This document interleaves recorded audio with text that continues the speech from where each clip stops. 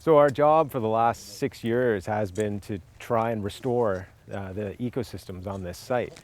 A lot of that has had to do with removing a lot of invasive exotic weeds, as well as replanting, revegetating the site with native plants. So we're putting native trees, shrubs, herbs, grasses back into the site.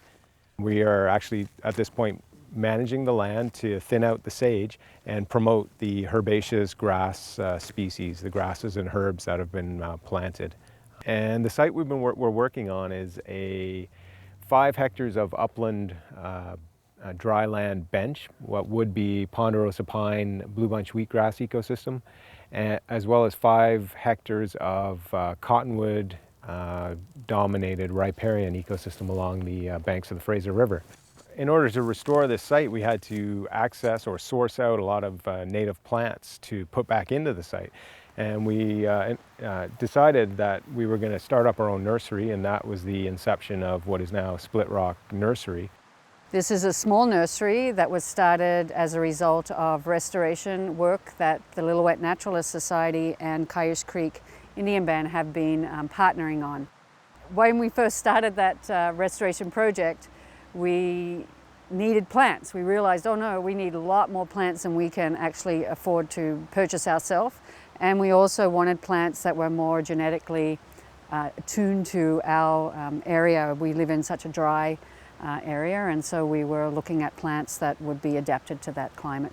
We're growing about 70 different species of plants, dryland plants as well as riparian shrubs and trees as well. And right now we have about 19,000 plants here at the nursery, and probably half of those will be planted out this fall. And to get those plants going, we've basically gone out into the surrounding area, surrounding region, probably within a 20 kilometer radius, if not less. We've harvested most of our seeds, which have then been germinated and grown at the nursery, and then a lot of those plants have been put back into this site. So we do have local genetic strained plants growing on this site.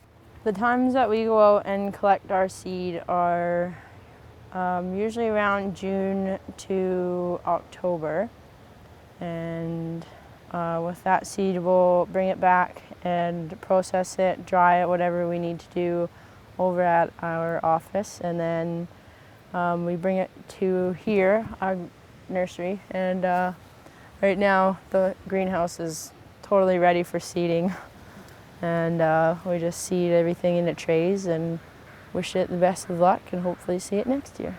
We have a focus on grasses because we live in an area that's grasslands, of course, and ponderosa pine grasslands in our area. And so these are some of the species. We have 7 different grassland species that we're growing here right now.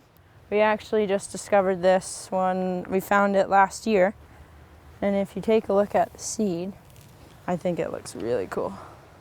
This grass is called 3-on grass because it has 3 horn type things coming off the side of it, and then there's a seed part, and what it does is it will just fall kind of like this and right into the ground to plant itself.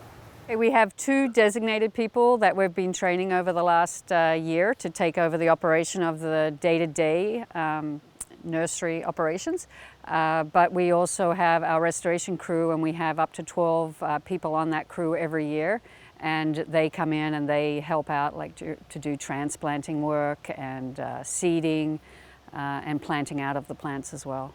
It's always challenging to find startup funds for something like this, and that's why we're moving our nursery more to a business model, because we want to be able to be self-sufficient. We want to be sustainable. We don't want to have to rely on funds all the time. So, but those funds have been really important to be able to get us to where we are today, and we obviously appreciate that for sure. Over the years, we've had a lot of interest from local people in just having native plants in their own garden. We've been promoting naturescaping or xeriscaping in the community.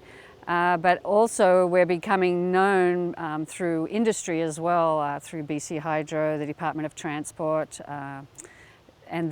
people are now becoming aware of our nursery, and we're actually getting contracts to grow plants for those people, to supply plants to other restoration projects.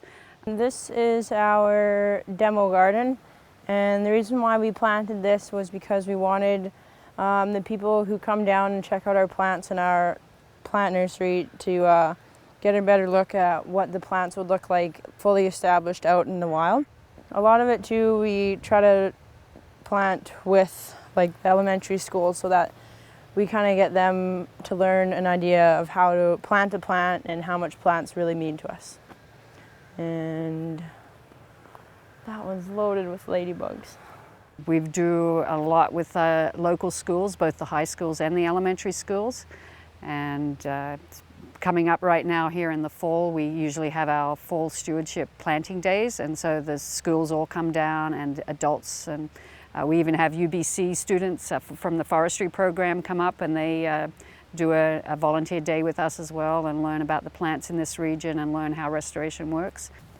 This one here is giant wild rye, and this one sounds really cool in the wind. And it grows huge, really, really tall.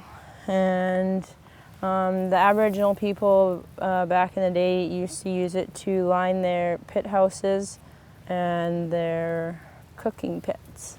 I suppose our aim is to use the knowledge within the community around native plants and their ethnobotanical uses. And so creating this business, which is based on native plants, kind of honors the past, but also makes us look towards the future. And so melding those two things together to create this new business opportunity.